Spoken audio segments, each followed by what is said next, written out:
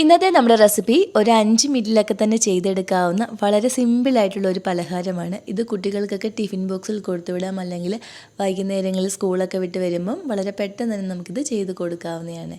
അപ്പോൾ നല്ല ടേസ്റ്റി ആയിട്ടുള്ള ഈ ഒരു റെസിപ്പി എങ്ങനെയാണ് ചെയ്തെടുക്കുന്നതെന്ന് നോക്കാം.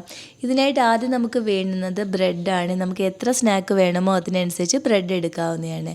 നമുക്ക് ഓരോ ബ്രെഡും എടുത്ത് ഇതിന് 4 സൈഡും ഒന്ന് കട്ട് ചെയ്ത് മാറ്റണം. ഈ 4 സൈഡ് ഇങ്ങനെ ഒന്ന് കട്ട് ചെയ്ത് മാറ്റിയതിന് ശേഷം ഈ ബ്രെഡ് നമുക്ക് നല്ല തിന്നായിട്ടൊന്ന് പരത്തിയെടുക്കാം. അപ്പോൾ നമ്മൾ ബ്രെഡ് വാങ്ങിക്കുമ്പോൾ പൊടിയാത്ത ബ്രെഡ് തന്നെ നോക്കി വേണം നമ്മൾ വാങ്ങിക്കാൻ.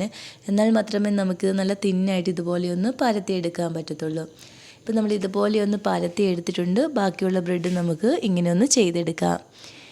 ഇപ്പം എല്ലാ ബ്രെഡും നമ്മളിപ്പം ഇതുപോലെയൊന്ന് പരത്തിയെടുത്തിട്ടുണ്ട്.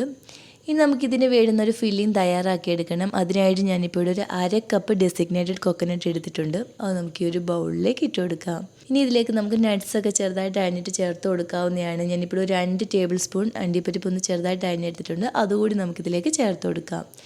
ഇതിൻ്റെ കൂടെ തന്നെ ഒരു 1/4 കപ്പ് കണ്ടൻസ്ഡ് മിൽക്ക് കൂടി നമുക്കിതിലേക്ക് ചേർത്ത് കൊടുക്കണം. ഇനി ഇതെല്ലാം കൂടി നന്നായിട്ടൊന്ന് മിക്സ് ചെയ്തെടുക്കാം.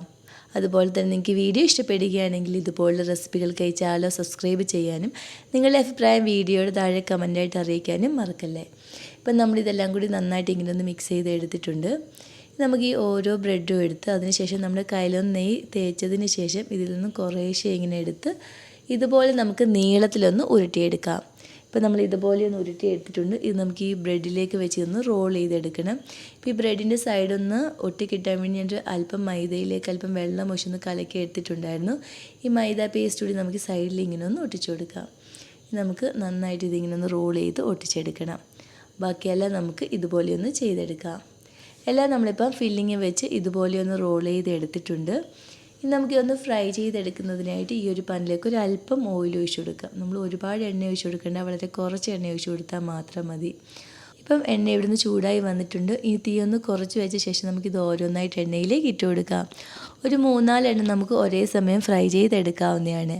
ഒരു സൈഡൊന്ന് ഫ്രൈ ആയി വരുമ്പോൾ തിരിച്ചിട്ട് കൊടുത്ത് എല്ലാ സൈഡും നല്ലൊരു ഗോൾഡൻ ബ്രൗൺ കളർ ആകുന്നവരെ ഒന്ന് ഫ്രൈ ചെയ്തെടുക്കാം. ഇപ്പം എല്ലാം ഇവിടെ നിന്ന് ഫ്രൈ ആയി വന്നിട്ടുണ്ട്. ഇനി നമുക്കിതും കോരിയെടുക്കാം. ബാക്കിയുള്ളത് നമുക്ക് ഇതുപോലെ ഒന്ന് ഫ്രൈ ചെയ്തെടുക്കണം.